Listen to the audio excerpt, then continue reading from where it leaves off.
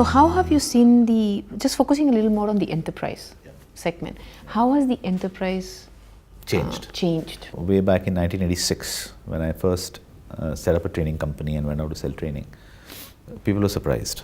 People, you said, look, we are hiring people who are qualified and stuff. Why the hell do we need to train? If you went to an enterprise and you tried to talk to the person who headed training, he was generally somebody who was largely useless and had been sort of put there because maybe the person had been loyal and hanging on for a long time. So handle that portfolio. Instead of sacking him, give him training, right? I used to see that in the late 80s and early 90s. Then I think when these office automation and the competitive environment started, the market became slightly more liberal, and some great companies came in. Particularly, I think Xerox had a very big role to play in the way enterprise training changed in India. I think they suddenly started putting their best people into training. Now, that was a radical shift. So you had your worst guy, and now you had your best people putting in there. And I can tell you that Indian managers at that time used to resist this significantly. And then again, new industries came. So the insurance industry got liberalized, and suddenly training became this huge thing because they needed to certify all the agents and the government mandated it, etc. So there were these bursts and sparks. But over a period of time, unfortunately, at the enterprise level, it still remains largely a function of the leader at the top. If it becomes functional and is led by the business leaders, then it's more cutting edge, it's more transformational. But otherwise, if it's left to HR, it's a little more maintenance. Training is now being used more and more as a mechanism to create standardization or ensure that processes are implemented. So this is how I've seen this industry sort of evolve. Now, of course, with the government's focus on vocational training, suddenly there's a new dimension that's come into this whole thing. So for example, today, I think the industry starts even with 14-year-old children in school. Because suddenly, CBSE is looking at vocational training at school.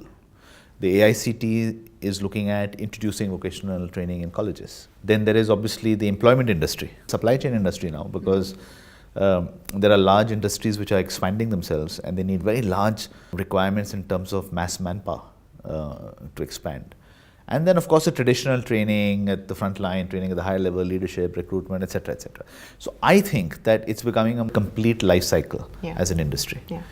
Look at the sub-segment of training. What's the definition and what are the different sub-segments within that sub-segment? We see training just like I defined, starting at school. So for us at Centum, school-going children is the youngest segment that we target. College-going is the next.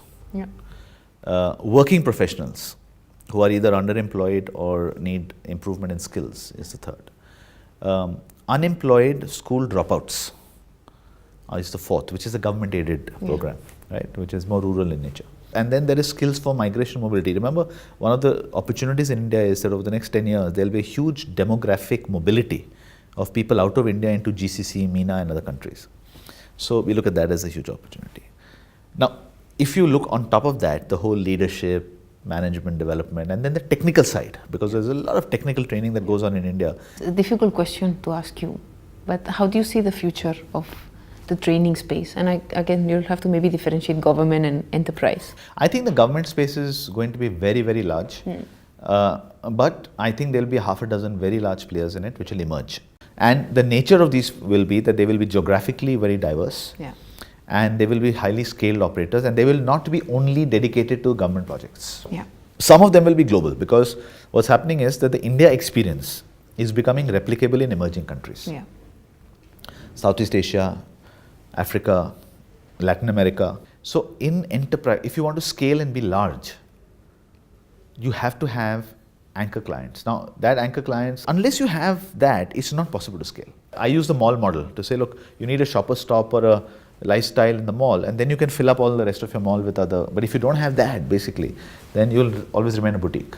So that's going to happen in India. If I was to look at this whole piece together, I wouldn't be surprised if it's in multiples of billions of dollars.